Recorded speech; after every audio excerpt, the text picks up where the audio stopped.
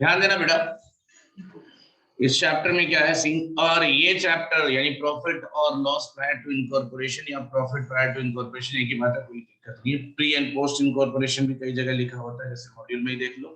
सो इसका मतलब, और ये चैप्टर का वेटेज में बता दूं आपको, फ्रीक्वेंटली एग्जाम में पूछा जा रहा है आजकल, मतलब अभी आप पिछले एग्जाम्स का पेपर उठा के देख लो, आप फ्रीक्वेंटली एग्जाम में आ चुका है ये पेपर, और आमतौर पर इसका जो वेटेज है 8 to 10 मार्क्स का होता है।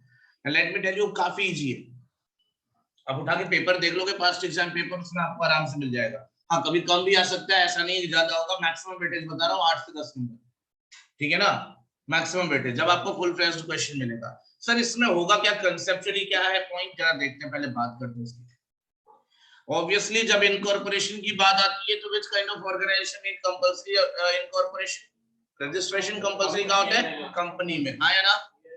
लेकिन एक बात बता दो मुझे, अगर नया कंपनी आज रजिस्टर हुआ और आज के आज बिजनेस स्टार्ट करे, तो क्या उसके बिजनेस में वो फ्लुएंसी मिलेगी, क्या वो बिजनेस प्रॉफिटेबल होगा इनिशियली? नहीं होगा, बोलो। अगर आज के आज कंपनी रजिस्टर यानी इनकॉर्पोरेट हो और नया नया बिजनेस शुरू कर दे, तो ऐसे में उसकी प्रॉफिटेबिलिटी आने में काफी टाइम लगेगा, हाँ या ना।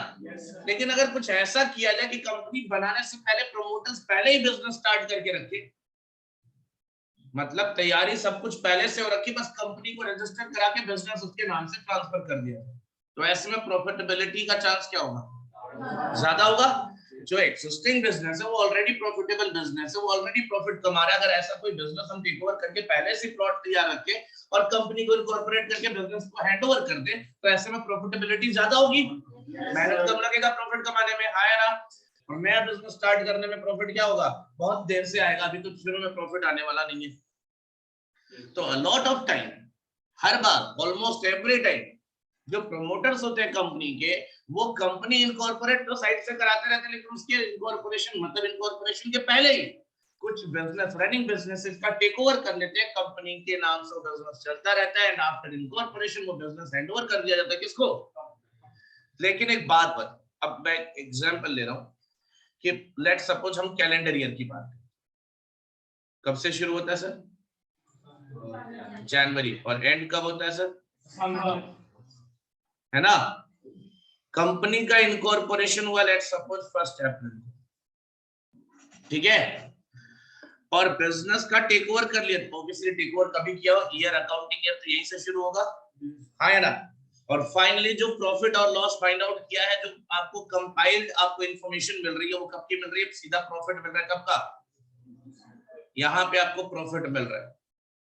अब आप बताओ, क्या ये पूरा प्रॉफिट कंपनी का नॉर्मल प्रॉफिट है, क्या ये ऑपरेटिंग प्रॉफिट है नॉर्मली, नहीं। क्यों सर, कंपनी का जो बर्थ है वो यहां से है ना, तो इस पर्टिकुलर प्रॉफिट का कंपनी का ये नॉर्मल प्रॉफिट है, रेवेन्यू प्रॉफिट, हाँ या ना, रेवेन्यू प्रॉफिट है, नॉर्मल प्रॉफिट है।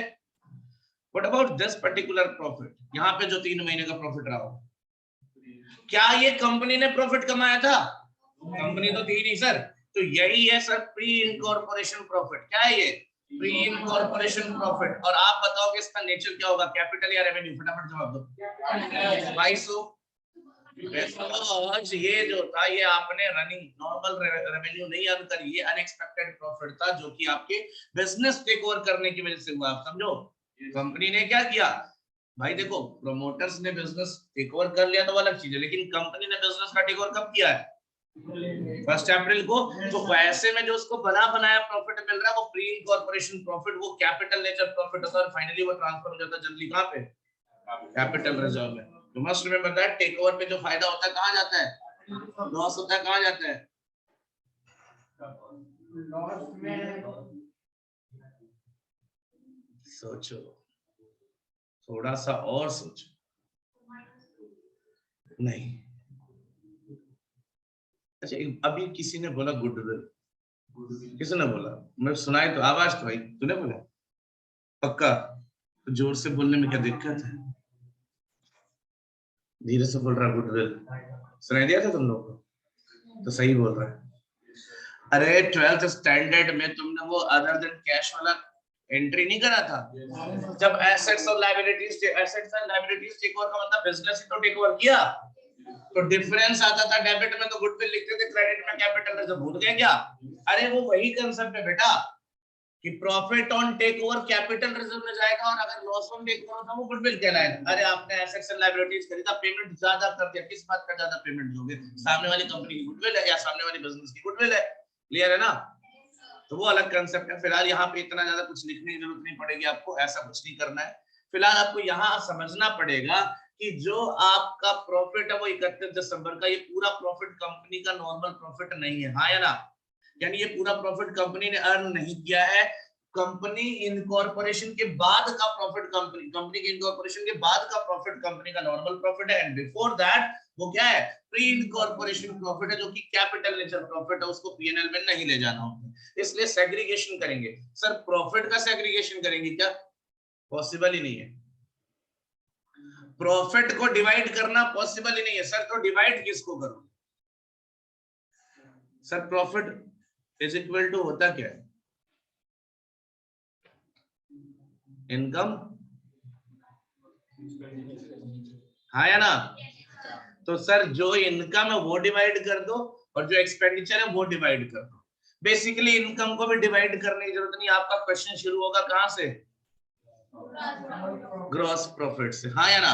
ग्रॉस प्रॉफिट डिवाइड कर दो, उसके बाद जितने भी एक्सपेंसेस और इनकम इसके बाद वाले आए, जो पीएनएल वाले हैं, उनको आप डिवाइड कर दो प्री इनकॉर्पोरेशन और पोस्ट इनकॉर्पोरेशन। उसके डिवीजन करने के बाद जब आप एक स्टेटमेंट बना के दे दोगे तो वहां पे आ जाएगा प्री इनकॉर्पोरेशन प्रॉफिट और post incorporation profit. Don't worry about that. अब थ्योरेटिकल नोट्स पे जाते क्या करना है देखो ध्यान से। सबसे पहला काम जो आपको करना है, क्योंकि डिवीजन की जब बात आती है तो बेटा एक चीज रिक्वायर्ड होता है, whenever you need to divide something you need what? Ratio, हाँ या ना? कभी भी किसी भी चीज को डिवाइड करने के लिए वी रिक्वायर व्हाट? रेशियो। हमें रेशियो की रिक्वायरमेंट होती है नहीं होती? बताओ। अगर कोई रैशनल बेस पे डिवाइड करेगा तो डिवीजन का बेस क्या होता है बेटा? रेशियो होता है। और आपने रेशियो बहुत बार पढ़ा है, बहुत जगहों पे पढ़ा है।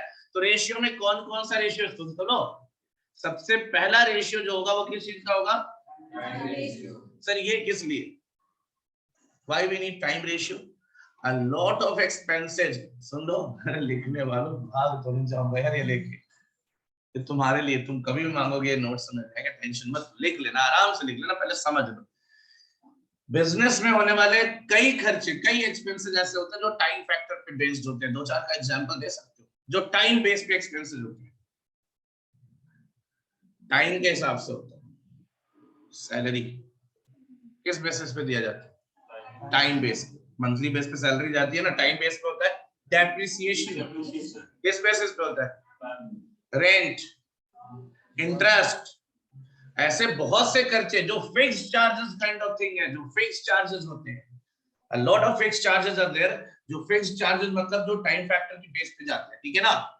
दूसरा क्या होता है? सेल्स रेशियो या turnover ratio.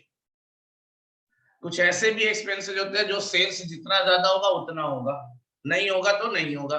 For example discount allowed, commission to agent, हाँ या ना? एजेंट्स कमीशन ले लो। और कुछ एडवर्टाइजमेंट, भाई एडवर्टाइजमेंट किससे बिलोंग करता है? सेल्स प्रमोशन का खर्चा है, सेल्स प्रमोशन का खर्चा है। तो ऐसे कुछ खर्चे होंगे जो सेल्स रेशियो में डिवाइड होंगे। यानी प्राइमरीली दो रेशियोज की जरूरत पड़ेगी आपको, टाइम रेशियो और दूसरा वो सारे पेमेंट जो टाइम फैक्टर्स के ऊपर बेस्ड है, यानी फिक्स चार्जेस हैं, वो सब टाइम रेशियो में जाएंगे। उसके अलावा कौन से रेशियो में जाएंगे? सर ये तीसरा क्या है?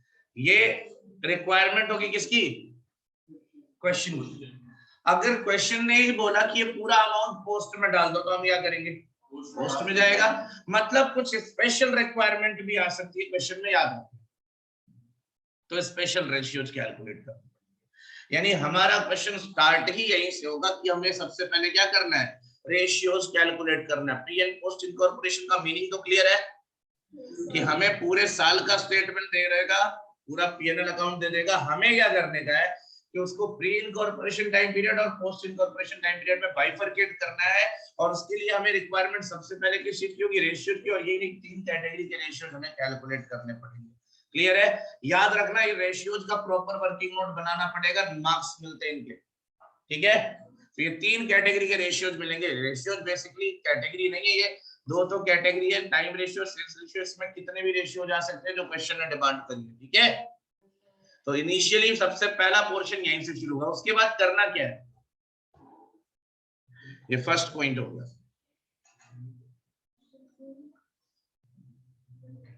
सेकेंड पॉइंट देखो क्या करना है, प्रिपरेशन ऑफ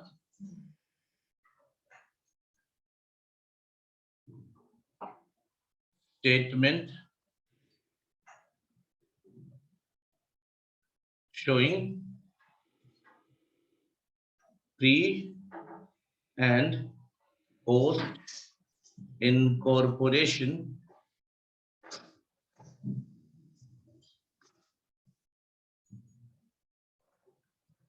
profit और लॉस। यानी सेकेंड पार्ट में हमें यही प्रिपेयर करना है, इतना ही काम है इस पूरे चैप्टर में, ठीक है ना। पूरे चैप्टर में केवल इतना ही काम करने का। छोटा चैप्टर है ऑब्वियसली, और वेटेज ठीक ठाक है, 8-10 नंबर कम नहीं होते सर। अगर फुल फ्लेज्ड क्वेश्चन एग्जाम में आ गया 8-10 नंबर, आपको मुश्किल से 5 मिनट लगेगा कंप्लीट करने में, 5 मिनट लगेगा। And after completing this chapter you can verify that, ठीक है। मैं जो भी बातें बोलता हूं आप उसको आराम से वेरीफाई कर सकते हो, आपके पास पूरा तरीका है। एग्जाम का पेपर उठाओ, उसको क्वेश्चन उठाओ, कंप्लीट होने के बाद अब चेक करो कितना टाइम लगता है आपसे। 5-7 मिनट में क्वेश्चन हो जाता तो इसका मतलब एग्जाम में 5 मिनट के अंदर पेपर तो हो जाएगा आराम से, ठीक है ना, पक्की बात। और बिल्कुल जो सिंप्लीफाइड अप्रोच बताऊंगा उसी अप्रोच से लेकर चलोगे, कभी भी कॉम्प्लिकेट करने की कोशिश नहीं करोगे, ठीक है ना। A lot of time गड़बड़ क्या करते हैं बच्चे, रेशियो निकालते हो, रेशियो निकालते वक्त ज्यादातर कोशिश आपको रहेगी कि आप नंबर्स में अजम्पशन लोगे, कभी एक्स वाई को तकलीफ नहीं देना, है ना, कि let the sales be ₹X, नहीं भाई, फिर एक्स वाई में तुम्हारा क्या होगा वो तुम समझ सकते हो। एक्स वाई में रेशियो निकालते रहोगे बहुत कॉम्प्लिकेटेड आ जाएगा। 1 लेट द प्रॉफिट बी ₹1, ऐसा काइंड ऑफ रेशियोज में यही अजम्पशन होता है। परसेंटेज में वही अजम्पशन 100 में जाता है। हाँ, कोई और चीज होगी जहां लगेगा कि हाँ एक्स वाई ही ज्यादा इजी रहेगा, मैं आपको बता दूंगा उन केसेस में जहां एक्स वाई का अजम्पशन लेना है। अदरवाइज जनरली आप याद रखोगे एक्स वाई का अजम्पशन रेशियो निकालते वक्त नहीं लिया जाता। पार्टनरशिप में रेशियो निकाला था पार्टनर्स का, let the profit be ₹X नहीं लिया था, ₹1 लिया था। क्यों? क्योंकि रेशियो निकालना था, कन्वीनियंट होता है ₹1 मान के चलना, ठीक है ना। तो इसलिए ये बात याद रखना कि आपको जनरली अजम्पशन जो लेना है वो नंबर्स में लेना है, ना कि एक्स वाई, ठीक है ना। अल्फाबेटिकल अजम्पशन नहीं होगा। ये 2 काम आपको पूरे चैप्टर में करने हैं। शुरुआत करता हूं मैं पहले कैलकुलेशन से।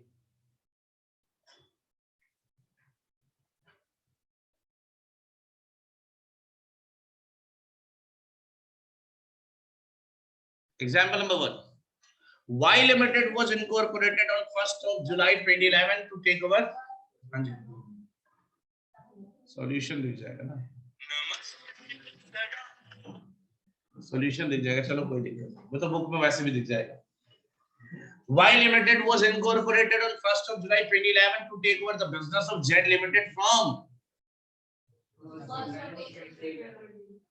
the year ended on 31st March 2012. Calculate the pre-incorporation. आप छोड़ो, आप कैलकुलेट करो क्या, time ratio. How will it be calculated? Pre-incorporation time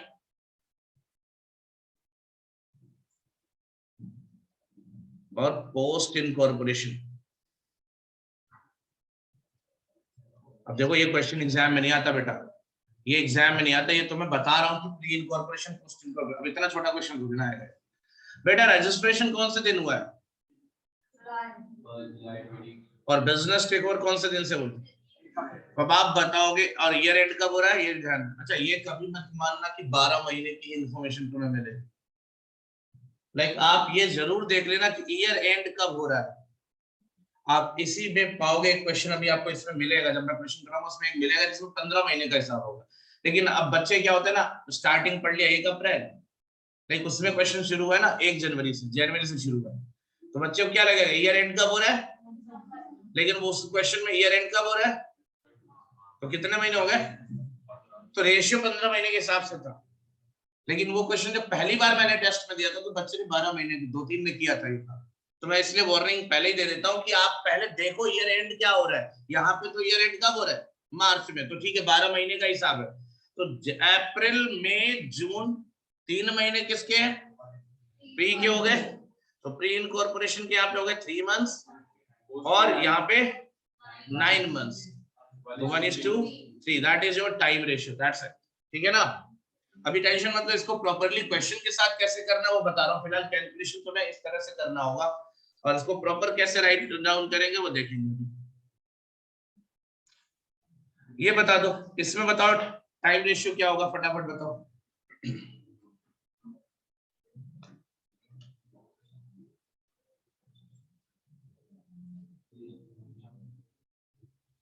बोलो।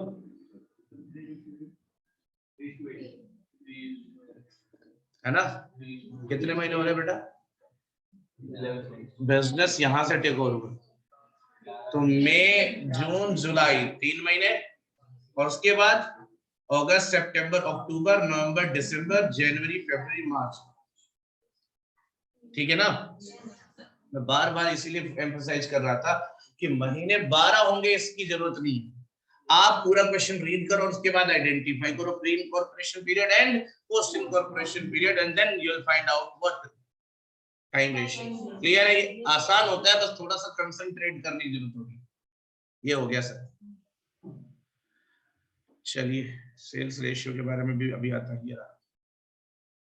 देखिएगा ध्यान से। The partners of Omega Limited decided to convert their partnership into a private limited company called Omega Private Limited with effect from 1st of April 2011. However, due to some procedural difficulties, the company could be incorporated only on the accounts of the business continued for the accounting year ended 31st March 2012. Determine the pre and post incorporation period. Time ratio निकालना, इसमें भी sales ratio नहीं मांगा। Time ratio बताओ फटाफट। यानी 1:2, same question हो गया 3:9 यानी 1:3। ओके, चलिए ये देखिए। Amp Limited, which was incorporated on 1st of June 2011, took over the business of a proprietary concern from 1st of April. The account of the business continued for the accounting year ended 31st March 2012. Determine the time basis. बताओ 1:5 कैसे आया, देख लो। अप्रैल और मई 2 महीने हो गए और बाकी जून से लेके मार्च यानी 10 महीने किधर हो गए, पोस्ट के। तो प्री का 2, पोस्ट का 10, 2:5 1:5 सॉरी 1:5 2:10 यानी 1:5। सेल्स बेसिस पे बात करें, ये रहा। हाँ ठीक है, थोड़ा सा मतलब हो जाता है कभी कभी, विद एसेट्स नहीं होता, विद इफेक्ट। ठीक है। Loyal Limited was incorporated on 1st of August 2011 to take over the running business of Messrs Happy with effect from 1st of April 2011. The accounts of the company were closed on, सुनाई नहीं दिया, जोर से बोलो, 2012. The average monthly sales, अब ध्यान देना, यही गेम होगा तुम्हारे साथ, निकालना है सेल्स रेशियो। ध्यान से सुन लो बेटा, इसी में जितना कॉम्प्लिकेशन कर सकता है सेल्स रेशियो में, टाइम रेशियो में तुम्हारे साथ कोई दिक्कत नहीं होगा, तो थोड़ा ध्यान देना। The average monthly sales during the first 4 months of the year was twice the average monthly sales. ध्यान देना, एवरेज सेल्स नहीं बोल रहा, एवरेज मंथली सेल। पहले 4 महीने का एवरेज मंथली सेल था, डबल था इन कंपैरिजन टू लास्ट के 8 महीने के एवरेज मंथली सेल के बराबर। अब आपको निकालना है टाइम रेशियो और सेल्स रेशियो। टाइम रेशियो तो आपका फटाक से निकल जाएगा, बता दो आप मुझे। That means 1:2। कैसे आया देख सकते हो आप, अप्रैल मई जून जुलाई 4 महीने प्री के हो गए और 8 महीने पोस्ट के हो गए, तो 1:2 हो जाएगा टाइम रेशियो, कोई दिक्कत नहीं होगा। बोलो बच्चे। तो टाइम रेशियो में मैं अभी नहीं पढ़ूंगा, टाइम रेशियो इजी है, 1:2 आ गया आपका, हाँ या ना। 4 मंथ्स प्री के और 8 मंथ्स पोस्ट के, क्लियर है। We are going for which ratio? Yes sir. ध्यान से देखिएगा, सेल्स रेशियो में है, थोड़ा सा दिमाग लगेगा। क्या बोला था, एवरेज मंथली सेल्स शुरू के 4 महीने का क्या था, twice the in comparison to average monthly sale of last 8 months, हाँ या ना। सर मंथली सेल बोल रहे हैं, so what should we assume? 1 रुपया मान लें average monthly cell, let the average monthly cell, सुनना ध्यान से,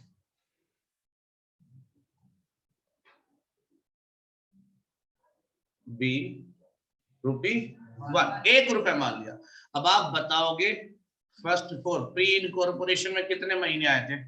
अच्छा, शुरू के 4 महीने इत्तेफाक से, ऐसा जरूरी नहीं कि हर क्वेश्चन में यही होगा, ठीक है ना। ऐसा भी बोल सकता था कि फर्स्ट 6 मंथ का एवरेज मंथली सेल डबल था in comparison to last 6 month. अभी इसी को मॉडिफाई करके कराऊंगा, टेंशन मत लो। Pre incorporation sales is to post incorporation sales, यही तो रेशियो निकालने का तरीका है। सर प्री इनकॉर्पोरेशन में कितने महीने थे? और पहले के 4 महीने ही थे ये। इनमें महीने का सेल क्या था? डबल, यानी ₹2। और बाद वाले 8 महीने का सेल क्या था? तो रेशियो 1 हो गया, यानी 1:1। 8:8 लिखोगे, फिर उसके बाद 1:1 लिखो, या डायरेक्ट लिखो। एग्जामिनर इतना पढ़ा लिखा होता है जो कॉपी चेक, ठीक है। Now let's switch the question. Question की एक लाइन थी क्या? Average monthly cell for first 4 months is twice the rest of the year, हाँ या ना। अब आपको मैं बोलता हूँ फर्स्ट 6 मंथ, 4 मंथ की जगह क्या बोला? 6 मंथ। तो अब देखो क्या होगा, 6 मंथ में पहला 4 मंथ तो रहेगा ही ना। यहाँ पे कितने का सेल था? ₹2। और बाकी के टाइम पे आओगे, यहाँ 2 महीने का सेल जो होगा, ध्यान से देखो जो मैं बता रहा हूँ, जो 2 महीने का सेल होगा वो कितना होगा बेटा? ₹2। और प्लस जो होगा 6 महीने का जो बाकी सेल बचेगा वो ₹1। अब ये किसको समझ नहीं आया ये बताओ। अगर 4 की जगह, हाँ बताइए एक बार फिर से रिपीट कर दो। हाँ बेटा बिल्कुल। अगर 4 मंथ्स की जगह 6 मंथ बोला होता तो आप बताओ प्री इनकॉर्पोरेशन मंथ्स कितने थे हमारे पास? केवल 4 महीने प्री इनकॉर्पोरेशन थे। तो उन 4 महीनों में तो हर महीने ₹2 है ना। लेकिन क्वेश्चन ने क्या बोला तुमसे कि 6 महीने का सेल जो था वो मंथली रूप से डबल था, हाँ या ना। तो बाकी के 2 महीने किधर जा रहे? प्री में या पोस्ट में? तो ये 2 इधर आ गए, और उसके बाद बचे हुए 6 महीने को किधर जाएंगे? वो भी पोस्ट में। तो ये नहीं हो जाएगा सेल इनका। इधर ₹8 का सेल है, इधर कितना होगा? 4 और 6 ₹10 का सेल, कितना हो जाएगा रेशियो? अब बताओ किसको समझ नहीं आया। टाइम पीरियड को काउंट करो, महीने को काउंट करो। शुरू के 4 महीने थे प्री में, बाद के 2 + 6, 2 + 6 क्यों बोल रहा हूँ? 2 महीने में डबल सेल था, और बाकी के 6 महीने में नॉर्मल ₹1 का सेल था। क्लियर है? अभी ये क्लियर है? चलिए, तो ये चीजें यस सर। यहाँ तो खैर कोई खास क्वेश्चन नहीं था, ये सिंपली था। What about this? ये बताओ, टाइम रेशियो निकालना है। 2 केस है आपके सामने। अब मैं बताऊंगा ही नहीं, इसको बताओ आप टाइम रेशियो। देखो ये क्वेश्चन है आपके सामने। चलो ये रहा। अच्छा सॉल्यूशन काट रखा है, ठीक, पहले से काट रखा है। बताओ आप फाइनली कैलकुलेट करके जवाब दोगे। सर 1:3। नेक्स्ट वाला चेक कर लो, सोच लो पक्का। मैं बार बार बोलता हूँ बेटा 12 महीने खोजने मत चले जाना। यहाँ एक्विजिशन कौन से दिन हुआ है और रजिस्ट्रेशन कब हुआ? यानी 1 मार्च को रजिस्टर हुआ, तो 1 ही महीने हो गए पोस्ट में। देख लो 31 मार्च दे रखा, तो 1 महीने पोस्ट का है। अक्टूबर से लेके फरवरी, अक्टूबर नवंबर दिसंबर जनवरी फरवरी, 5 महीने फ्री, ठीक है। ये लिखा था।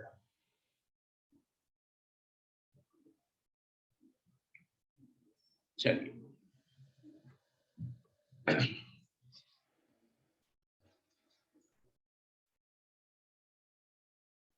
important points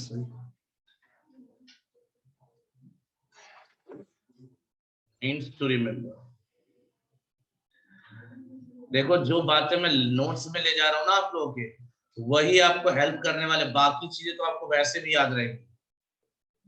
important points to remember. मैंने क्या बोला, कहां से शुरू करेंगे हम अपना स्टेटमेंट? कौन से नाम से शुरू करेंगे? कौन सा पॉइंट सबसे पहले लिखेंगे? ग्रॉस प्रॉफिट, ठीक है ना। तो फर्स्ट पॉइंट लिखेंगे आप, gross profit will be divided. अब मैं पूछूंगा, बताऊंगा नहीं, पहले पूछूंगा, will be divided in gross profit based किस पे होता है, डायरेक्टली या इनडायरेक्टली? इनडायरेक्टली नहीं सर, जीपी रेशियो भी पूछा जाता है तो किस पे निकालते हैं? यानी अब आप खुद बताओ, ट्रेडिंग अकाउंट में कितनी इनकम शो होती है? एक ही इनकम शो होती है, और वो इनकम का नाम क्या है? यानी जो भी ग्रॉस प्रॉफिट आया वो सेल्स की वजह से ही आया, और कोई रीजन नहीं होता ग्रॉस प्रॉफिट कमाने का। और gross profit is your direct profit, याद रखना, डायरेक्ट बिजनेस प्रॉफिट जो होता है वो ग्रॉस प्रॉफिट कहलाता है। तो कौन से रेशियो में डिवाइड होना चाहिए? ये याद रखना है, ठीक है ना। सर अगर क्वेश्चन कुछ और बोल दे, भाई देखो क्वेश्चन के आगे तो हम सब नतमस्तक है ना। मतलब ये समझो क्वेश्चन ही नहीं, भगवान ने बोला है, मानना पड़ेगा, है ना। तो मतलब ठीक है, हमें वहां पे अपना सर झुका के आगे निकल लेना है, मान लेना है बात को। अगर आईसीएआई ने जो क्वेश्चन बनाया उस क्वेश्चन में कुछ भी लिखा है, हमें उससे करेक्ट मानकर चलना, ठीक है ना। अब ये मत बोलना कि सर ऐसा तो कोई नियम ही नहीं होता। अरे कर लेना भाई, अकाउंटिंग में कौन सा लॉ पढ़ रहे हो, बोलो। लॉ के पेपर में या टैक्स के पेपर में, वो दोनों लॉ होते हैं, हाँ है ना। वहां पे अगर कुछ ऐसा आता है जो लॉ के खिलाफ है तो ICI can not go against the law. लेकिन अकाउंटिंग के रूल्स कौन बनाता है? आईसीआई। अब भाई साहब अगर वो कुछ अजीब अजीब काम करा रहा है तो कर लो ना, क्या दिक्कत है, नंबर तो चाहिए ना। अब प्रैक्टिकली नहीं होता मानता हूं, लेकिन वो कह रहा है ऐसे करो तो करना पड़ेगा, ठीक है ना। और जब वो बोल रहा है तो आपको क्या दिक्कत है, कर लो, ठीक है ना। कई बार गलत काम भी कर लिए जाते हैं अगर सामने मजबूरी दिख रही है।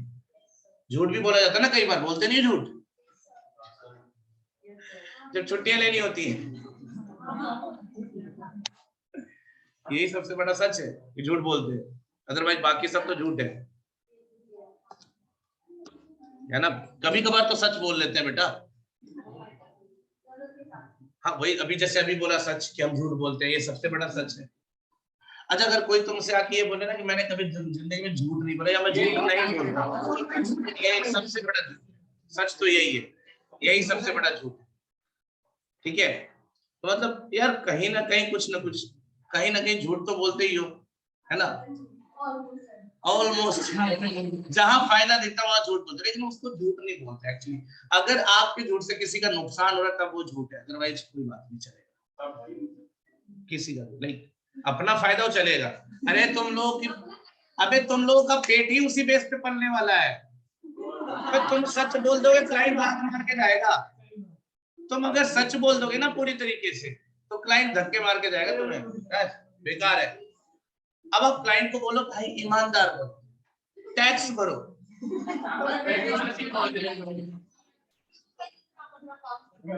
नहीं वो कहेगा भाई एक काम कर कुछ और देख ले, तेरे सूट नहीं करता ये। तो भाई देखो बात यही है कि झूठ बोलो लेकिन उसमें उस झूठ में किसी का नुकसान नहीं होना चाहिए, अपना फायदा हो चलेगा, दूसरे का नुकसान नहीं होना चाहिए। लेकिन अगर अपना फायदा और किसी का नुकसान हो जाए तो उसे उस झूठ को थोड़ा अवॉइड करो। इसीलिए मैं सीए को बोलता हूँ वो चोर नहीं है, चोरी नहीं करता सीए कभी, क्या करता है, हेरा फेरी करता है ना। हेरा फेरी समझते हो ना। आज मैं मूवी की बात नहीं कर रहा हूँ, जैसे कि राजू भाई बुला रहे हो, है ना, और कचरा सेठ, you know the funniest character of the movie, ठीक है। भाई मेरे हेरा फेरी मतलब देखो हम कभी किसी गरीब को लूटते ही नहीं ना, जो ऑलरेडी चोरी करके आए उसी को तो लूटते हैं। एक बात बता, गरीब आदमी को कभी सीए की जरूरत पड़ी? वो तो ऐसे जो ब्लैक मनी भर के रखे होंगे उनको जरूरत पड़ती है ना, क्यों भाई, है ना। तो फिर जब ब्लैक मनी जो भर रखा है वो खुद ही फ्रॉड करके लाया होगा कहीं ना कहीं चूना लगा के, तो थोड़ा सा चूना हम भी खा लेते है ना, ज्यादा नहीं थोड़ा सा। और सबसे नोबल प्रोफेशन है चार्टर्ड अकाउंटेंसी। हमेशा एक ही ख्वाहिश होती है कि हमारा क्लाइंट ग्रो करे और कमाए, नहीं एग्जैक्टली। अगर तुम सोचो डॉक्टर का प्रोफेशन सबसे घटिया प्रोफेशन, तो हमेशा सोचते नेगेटिव, बीमार पड़े लोग, हमारा घर तभी चलेगा। लॉयर, अच्छा घर में अगर डॉक्टर या लॉयर होंगे तो बेटा बुरा मत मानना, क्योंकि मैं अपने प्रोफेशन से ऊपर किसी को देख नहीं सकता, है ना। लॉयर का प्रोफेशन, वो चाहता झगड़े हो, बवाल बचे, कलेश हो। हम क्या चाहेंगे, हम चाह के भी नहीं सोच सकते, हम सोचते सब कोई फले फूले, तभी थोड़ा सा फल हमारे घर भी आएगा, यही चीज है। तो देख लो, बढ़िया प्रोफेशन है ना। अच्छा, no offence to doctors and lawyers, ठीक है, बट ठीक है, सच तो मैं बोल ही रहा हूँ। So gross profit will be divided in sales ratio. So are you okay with that? Gross profit will be divided in the ratio of sales. ये okay होना चाहिए, क्योंकि gross profit is directly associated with sales. Clear है?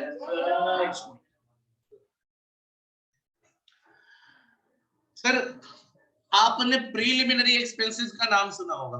yes, अब आप बताओ वो क्या होता है।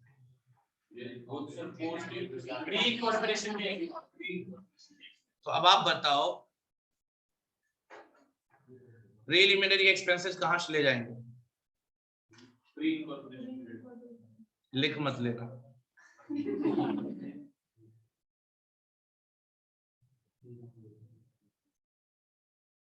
will be shown in, देख लो सर, देख लो, लिख मत लेना, मैंने क्या बोला था, लिख मत लेना। वो प्री इनकॉर्पोरेशन पीरियड, प्री में क्यों जाएगा, पोस्ट प्री में क्यों नहीं जाएगा, पोस्ट में क्यों जाएगा, सुन लो ध्यान से।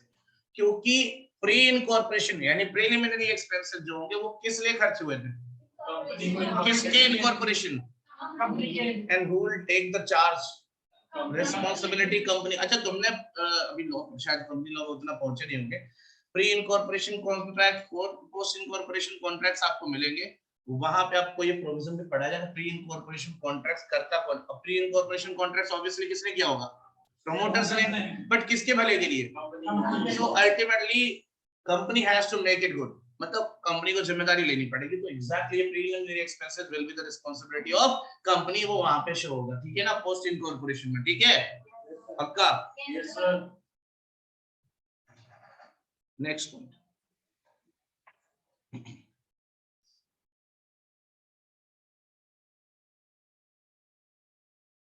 अब ये क्या लिखने का पॉइंट नहीं है, बट लिख जरूर दे रहा हूं, क्योंकि कभी कोई क्वेश्चन ना जनरेट करना। All expenses related to company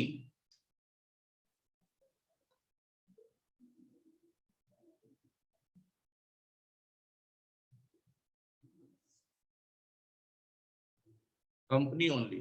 example तो कुछ एक्सपेंसेस का जो केवल कंपनी से रिलेटेड, प्रीलिमिनरी एक्सपेंसेस मत बोलना, ऊपर लिख दिया।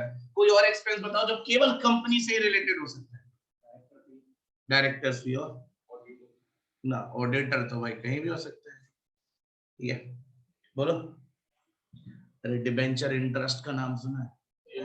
ये कहाँ हो सकता है, यानी इंटरेस्ट कहाँ जाएगा, अरे कहाँ जाएगा, इंटरेस्ट तो कहीं भी जा सकता है, डिबेंचर इंटरेस्ट केवल कंपनी में जाएगा। मैंने दो बातें बोली थी, तुम लोगों ने ध्यान नहीं दिया, है ना।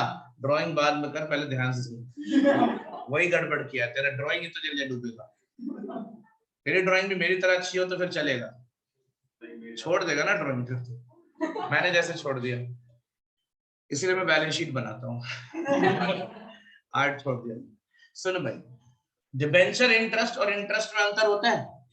इंटरेस्ट किस पे जाता है, किसी काइंड ऑफ डेट पे जा सकता है, लेकिन डिबेंचर इंटरेस्ट केवल डिबेंचर पर। अब डिबेंचर क्या सोल प्रोप्राइटरशिप या पार्टनरशिप फॉर्म में होगा, कहाँ होगा डिबेंचर, तो याद रखना, मैंने पहला क्वेश्चन पूछा था डिबेंचर इंटरेस्ट कहाँ जाएगा, कंपनी में, लेकिन जब मैंने क्वेश्चन उसी लाइन को जल्दी से दूसरी बार बोला तो मैंने बोला था इंटरेस्ट कहाँ जाएगा, तुम्हारा जवाब था कंपनी में। नहीं, इंटरेस्ट दोनों जगह जा सकता है, तो उसका रेशियो अलग होगा, ठीक है।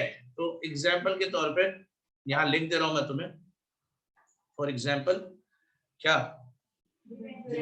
डिबेंचर इंटरेस्ट और डायरेक्टर्स फी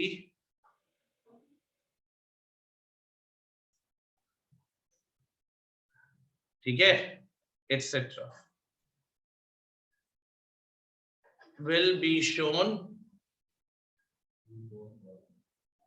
good।